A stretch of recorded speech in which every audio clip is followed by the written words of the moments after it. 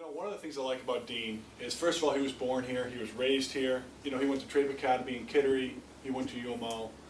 He is about Maine, and Jeff and I had a chance to sit down with him yesterday for quite a while and be able to talk to him. And that's important to us. You know, Jeff and I are born and raised in Maine.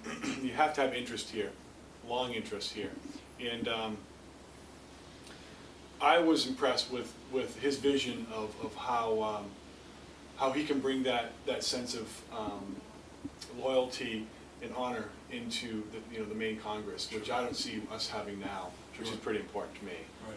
It's important that too, after speaking with Dean yesterday and knowing for a little bit, and how he wants to bring the views of the constituents to Washington.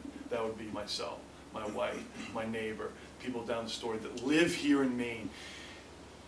That is so important nowadays. That is so critically important, because I don't think we have that now. I don't think we have had it for some time, where I don't want Dean or Congressman or woman to be beholden to another special interest out of state. I want them to be beholden to us. Right. We are the constituents. Not a party trying to push a bill through.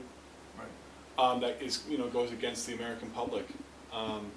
And that's happening now. So it was really refreshing when Dean came in yesterday and we were able to talk to him, and he was able to express to us his loyalty and to Maine and what he would do for us in the government as a congressman. Sure. And bring our views to the federal level and represent us. I mean, that's what the job is. It's called the House of Representatives for a reason, isn't it? Right.